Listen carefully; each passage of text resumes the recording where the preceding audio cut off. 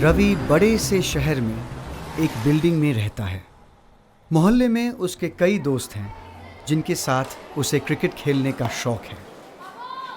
कभी कभी उसे ठेले वाले से मूंगफली खरीदना अच्छा लगता है। रानी रवि की सबसे अच्छी दोस्त है। दोनों को एक साथ काम करना अच्छा लगता है। वे दोनों साथ में किताबें पढ़ते हैं, चित्रों में रंग भरते हैं, कंचे खेलते हैं और कभी कभी साथ में बैठकर रेडियो पर गाने सुनते हैं। कई बार वे अपना मनपसंद गाना साथ साथ गाते रहते हैं।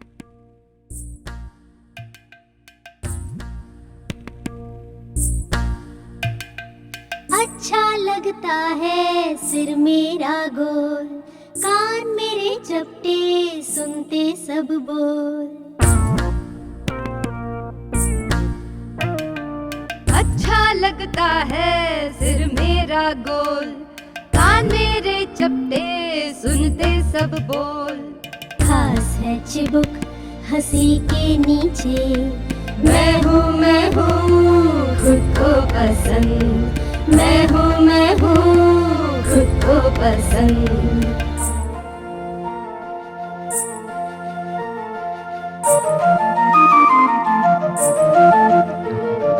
अच्छे लगते हैं घुटने जो मुड़ते, नन्हे नन्हे पाँव जो चलते रहते।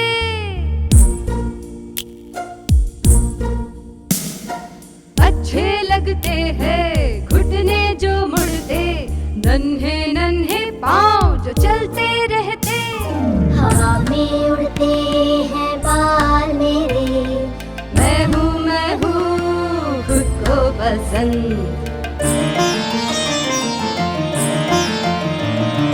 अच्छा है मेरा दोस्त जो आता मिलने, मेरे पालतू टॉमी के संग खेलने।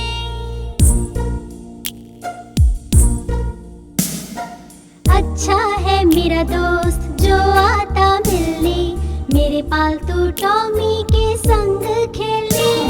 कभी कभी पसंद अपने आप रहना, मैं हूँ खुद को पसंद, मैं हूँ खुद को पसंद। मैं हूँ खुद को पसंद। एक दिन रानी को बुखार आ गया। रवि के साथ खेलने वाला कोई भी नहीं था, क्योंकि उसके बिल्डिंग के सारे दोस्त किसी न किसी काम में व्यस्त थे। जब रवि ने गली में मूंगफली वाले को देखा, तब वो खुशी खुशी गली में दौड़ता हुआ उसके पास गया। मूंगफली वाले ने एक कागज के तिकोन में कुछ मूंगफलियां भर दी। जैसे ही वो रवि को देने लगा, उसने रवि का हाथ थामा और सहलाने लगा। रवि को अच्छा नहीं लगा। अपना हाथ खींचकर वो घर भाग गया। अगले दिन उसने रानी से बात की। जिस तरह मूंगफली वाले ने मेरा हाथ थामा, मुझे अच्छा नहीं लगा। मुझे डर लगा और परेशानी होने लगी। ऐसा मेरे साथ भी हुआ था। मेरे एक अंकल हैं जो हर दम मुझे इस तरह गले लगाते थे कि मुझे बहुत अजीब सा लगता था। मैंने उनसे कह दिया। मैंने अपनी मम्मी को भी ये बात बताई कि मुझे उनका गले लगाना अच्छा नहीं लगता, और तब से अंकल मुझे गले नहीं लगाते हैं। तुम्हें किसी बड़े व्यक्ति से बात करनी चाहिए रवि। क्या तुम मेरे मम्मी को बताना चाहोगे? रवि हिचकने लगा। उसे डर लग रहा था कि अगर उसने रानी की मम्मी को बताया तो वो उससे नाराज हो जाएंगी।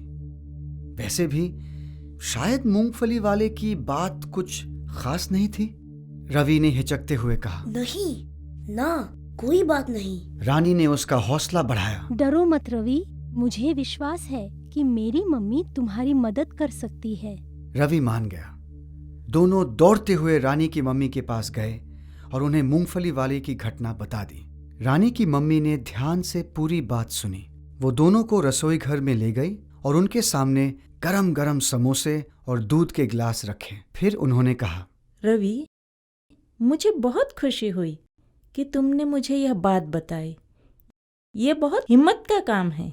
अगर कभी कोई तुम्हें इस तरह गले लगाए या छुए जो तुम्हें अच्छा नहीं लगे, या फिर तुम्हें असमंजस, भय या परेशानी लगे, तो तुम्हें ना कहना चाहिए। आंटी, क्या वैसे ही जैसे मुझे मूंगफली वाले के साथ लगा था?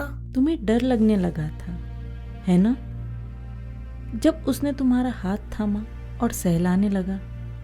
ऐसे समय में ना कहना चाहिए। कभी कभी जब कोई देर तक गुदगुदी करता रहे और तुम्हें अच्छा नहीं लगता है, ऐसे समय में भी जोर से ना कहना चाहिए। जब कोई बड़ा व्यक्ति तुम्हारे निजी अंगों को हाथ लगाए, तब भी तुम्हें ना कहना चाहिए।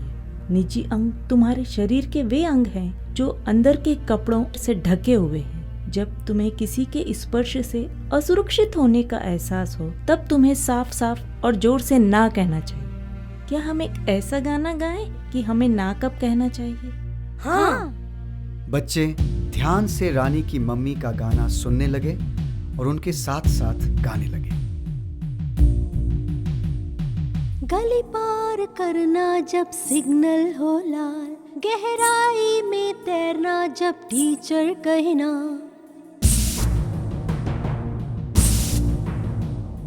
गली पार करना जब सिग्नल हो लाल, गहराई में तैरना जब टीचर कहना, छोटी है मुंडेर और छत पर पतंग उड़ाना, ये है कुछ बातें जिन्हें मैं कहूँ ना, ये है कुछ बातें जिन्हें मैं कहूँ ना।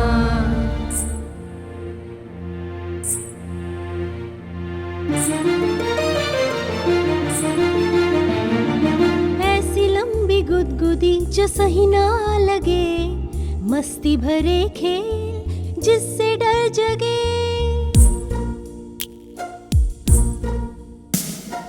ऐसी लंबी गुदगुदी जो सही ना लगे, मस्ती भरे खेल जिससे डर जगे, चॉकलेट के लिए अजनबी से कहूँ हाँ, ये है कुछ बातें जिन्हें मैं कहूँ ना। कोई ऐसे हाथ लगाए जो सही ना लगे, जकड़ कर गले लगाए जिससे डर जगे,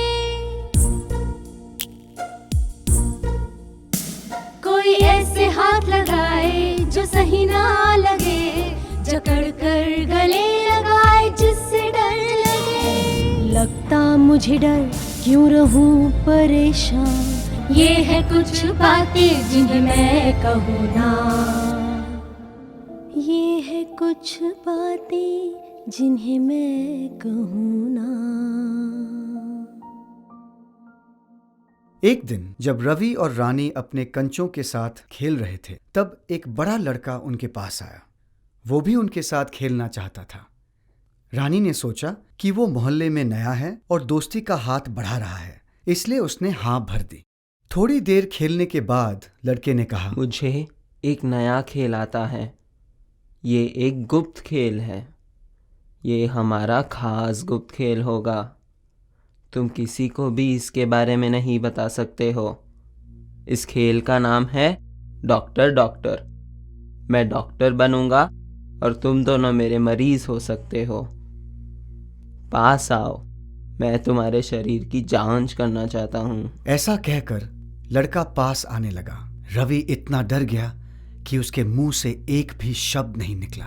रानी को अपनी मम्मी की बात याद आई और वो चिल्लाई, नहीं नहीं, हम तुम्हारे साथ ये खेल नहीं खेलना चाहते।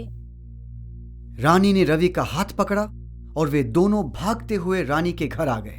रानी ने अपनी मम्मी को सारी बात बताई। रानी की मम्मी ने दोनों बच्चों को गले लगाया और कहा, शाबाश रानी, मैं बहुत खुश हूँ कि तुमने ना कहा। जो गाना हमने सीखा उसे हमेशा याद रखो और कभी भी ना कहने से मत डरो। यह भी याद रखो कि जो कुछ हुआ वह तुम्हारी गलती नहीं है। अगर कोई बड़ा व्यक्ति तुम्हें डराए, धमकाए या धोखा दे तो हमेशा किसी न किसी को बता दो। मुझे खुशी है कि तुमने मुझे आकर बता दिया। ये सुनकर रानी और रवि को बहुत अच्छा लगा। वे फिर से दौड़ते हुए नीचे गए और अपने कंचों का खेल खेलने लगे। थोड़ी देर में मोहल्ले के दूसरे बच्चे भी आ गए और उनके साथ खेलने लगे। कुछ तो हुआ है कि तुम हो हैरान, समझ में नहीं आता है क्या है करना। कर कोई कर रहा है तुम्हें परेशान, मानो ये बात इसका रखो ध्यान।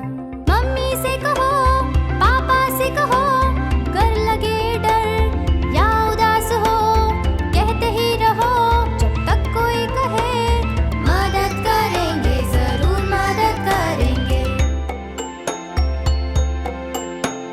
टीचर से कहो, दोस्त से कहो, जब तक की प्रॉब्लम खत्म न हो, कहते ही रहो जब तक कोई कहे मदद करेंगे, जरूर मदद करेंगे।